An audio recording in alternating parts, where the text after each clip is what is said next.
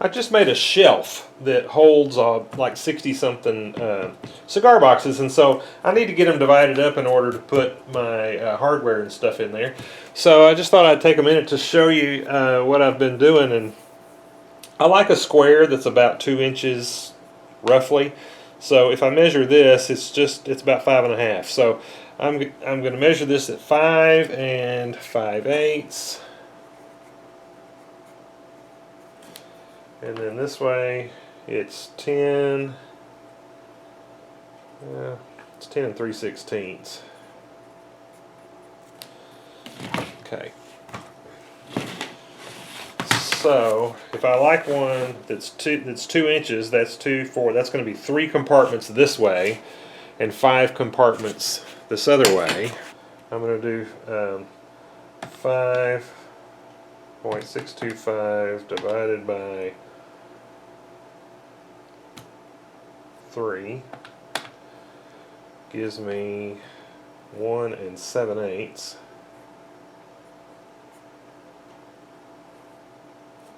And then 10 3/16.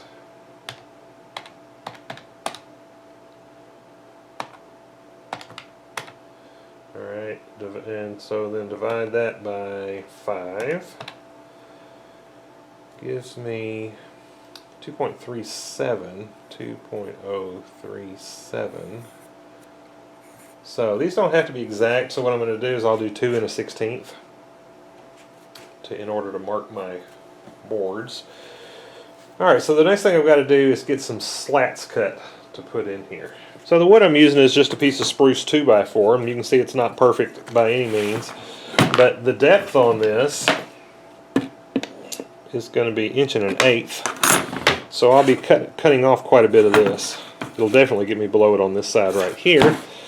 And my longest dimension is 10 3/16. So I'm going to mark this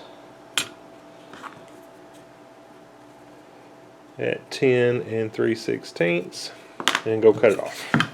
Now the first thing I want to do is cut it to my width, which is going to be 1 1/8.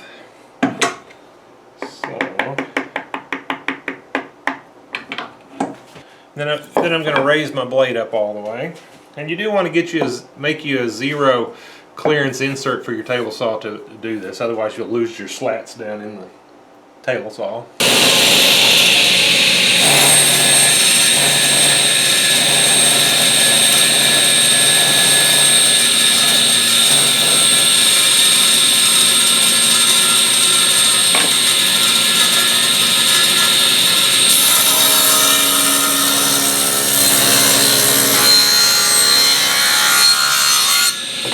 Okay, so that cut it to the height. This is the height that my slats are going to be, and so now I'm just going to lower that blade down to safer height, and then I'm going to cut these off.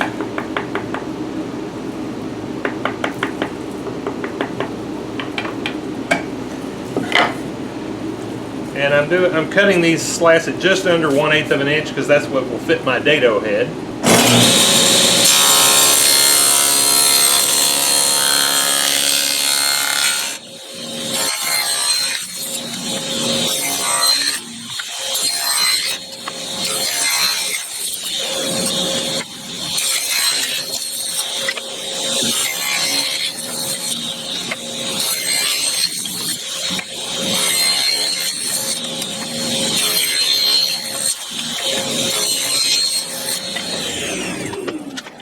Alright, so these are all now cut to 10 3/16, and I don't need them all that length, but so I'm going to take out 3 of them. 2, 3, those will be my longer ones. And then I've got some extra ones here, so then I'm going to pick out, I need, let's see, 4 of the other ones. 1, 2, we'll pick out the best ones. 1, 2, 3, 4, and I will cut those to 5 5/8. Now that I've got them cut, I want to make sure they fit. And so yes, those will slide down in there, and those will slide down in there. Okay, so now I'm ready to run them through the dado. Okay, so now I just need to mark them and get them ready to run through the dado. So I've just got to mark 1. So along this 10-inch length, I'm going to do 2 1/16 all the way down.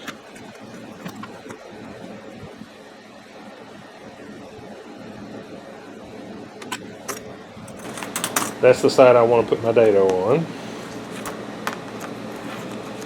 Alright, and this is going to be 1 7/8.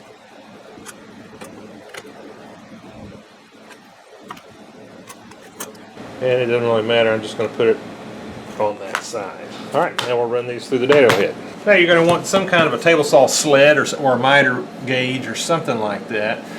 So get your blade to the high center there, and so now you want to set your blade to be half of what the width of your slat is, and these are 1 1/8.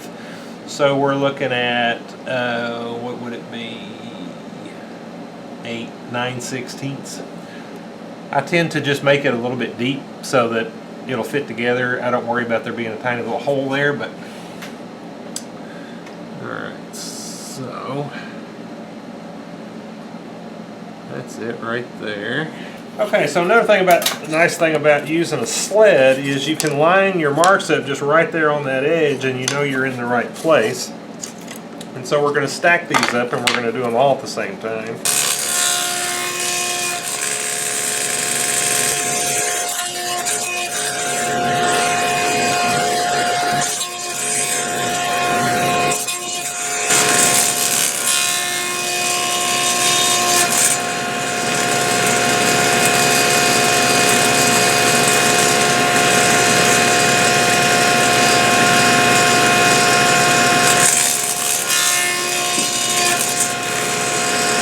That's got the dados cut in here. Now, as a rule, I don't like fiddling with a bunch of stacked up little pieces like that. So if I'm doing, this one is kind of a unique size. If I had like say 4 or 5 of these, what I would do is take the 2x4 and I would do the dados in it first, and then I would rip it into slats. But you know, it's kind of wasteful that way if you're doing just one box at a time, because you wind up with, you know, one 2x4 dadoed all the way across for this box, and you only need about this much of it. So that's why I did it this way.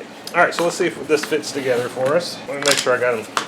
You want to stand them up and make sure you've got them all oriented the same way. Yeah, and they are. Make sure all your grooves line up.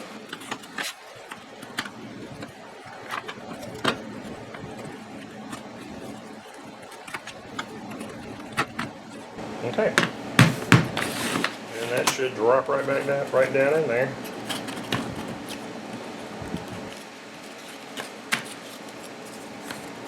I think when I flipped it over, I got one backwards.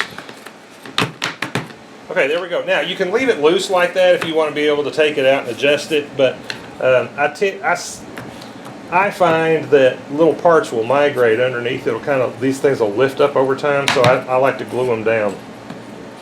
That's very easy to do. I don't glue the whole thing down.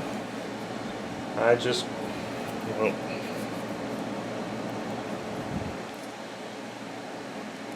I just put a ball of glue at the intersections like that, and then when you put it down, that'll kind of squish out, and it'll glue those intersections down, and that's all you need to hold the whole thing in. You can see how it kind of squishes out a little bit and leaves your little thing. Alright, and then you've got it divided. And of course, you can make these slats any size you like. I just find that this 2 inches, I got big hands and I can't get my fingers down in there if it's any smaller than that, is when it's this tall. Anyway, I hope that was interesting to you. Thank you for watching.